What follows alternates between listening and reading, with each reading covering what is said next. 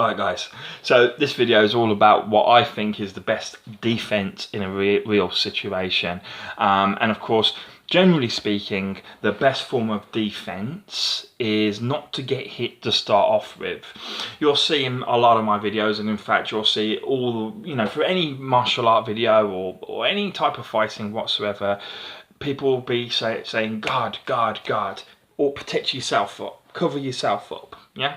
It's all about protecting yourself. And the guard is very, very important. It has a completely 100% defensive function. There are some offensive aspects to it as well, where if you change the guard, it changes the angle of which you strike back, but we're getting into advanced stuff there.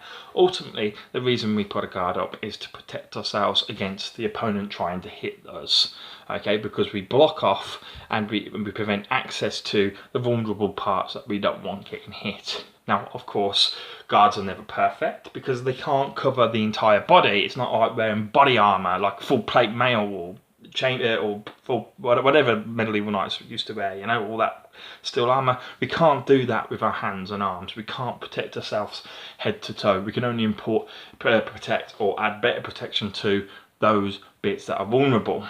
However, what we can do is try to prevent the opposition, the enemy, so to speak, hitting us altogether, and that is total body defense in that sense. Okay, so guard is important, but it's there for when you've failed, in theory. Okay, when you failed and you've got hit, because ultimately the best defense is to say not to get hit to start off with. That's a successful defense, not getting hit. Okay. However, the reality of the situation is more often than not, it's very hard not to get hit, because the best way not to get hit, if you go and put on YouTube now, you're on YouTube, if you go find a video or you put it on video or DVD or whatever, a proper boxing fight, especially one, so for example, involving Muhammad Ali, you'll notice that the best form for them is to dance around the opponent, around the ring, be nice light-footed, pick them off, but then back off when the enemy's trying to attack them back, and then there's a lot of movement, and it's all about movement, here, there, everywhere, okay? Now that's fantastic, but that's in best case scenario regards to street fights, because you don't fight in a ring in a street fight.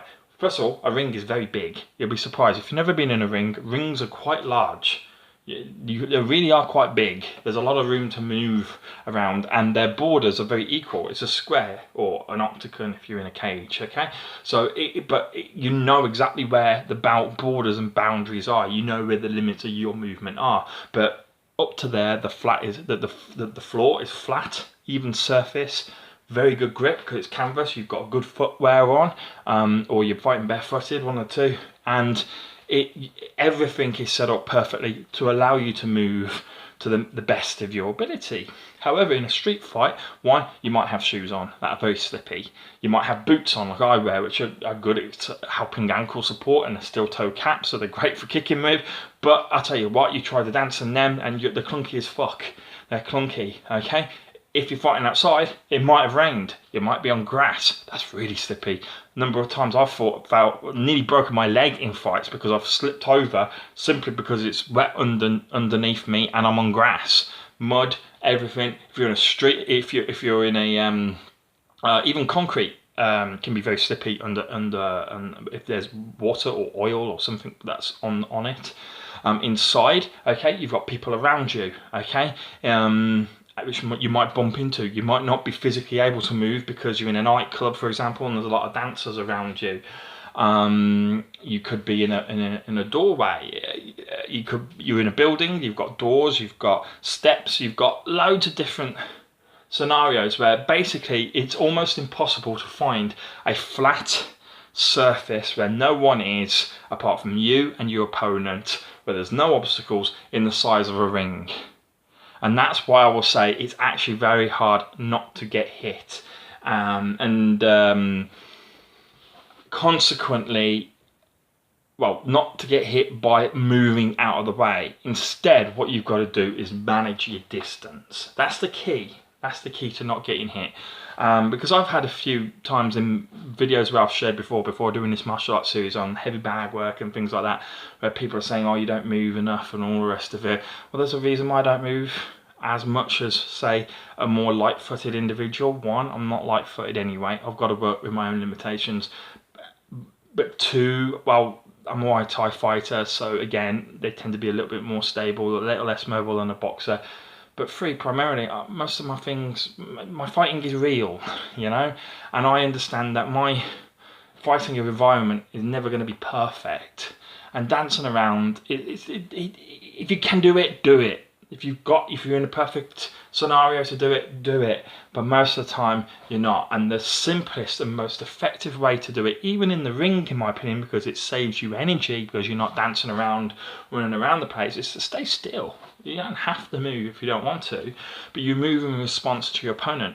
If they get closer, and if you're taller, I'm tall, so I've got this as a height advantage. If I'm taller than my opponent or similar height, where I've got similar reach, every time they step towards me, I'm going to take a bit of a step back.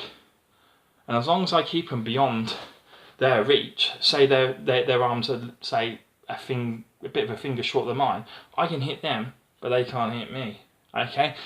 That's exactly how I do it. I manage it. If I know I can hit you, or hit at a longer range in yourself than you can at me, I'll be like, yeah, bang, okay, yeah, oh, you want to come closer, okay, I'm going to back off, bang, yeah, bang, bang, you know what I mean, and I'm just going to keep you at distance. If I'm shorter than you, you know exactly what I'm going to do, I'm going to do the opposite, I'm going to get straight into you, okay, when I'm moving in, head movement helps, okay, so not moving at feet, but as you're moving in, you bob and weave in, okay, you twist the body and you can talk yourself into to get closer to the person without trying to get hit.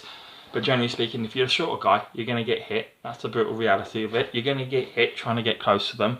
But once you're close to them, you keep that distance. Every time they take a step back, you take a step forwards.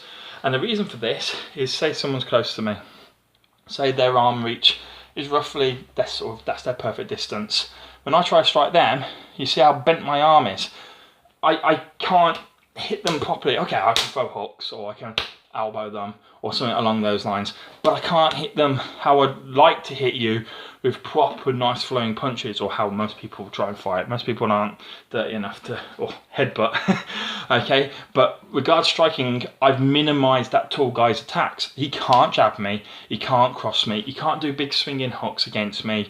He can only do close range hooks, elbows, and headbutts, but I can do them as well, okay? And I can do jab and I can do cross. So what I'm trying to say is the best form of defense is not to get hit, but not by moving out of the way, but moving into the position where you're limiting the ability of your opponent to attack. If you're taller than them, that's great. You can actually keep them so far away that they can't hurt you. If you're shorter than them, you just limit the amount of attacks that they can hit you with. Okay, and if you're shorter than them, generally speaking, but no, scientific fact, you've got a better centre of gravity. Clinch them, you're less likely to fall over than they are. It's as simple as that.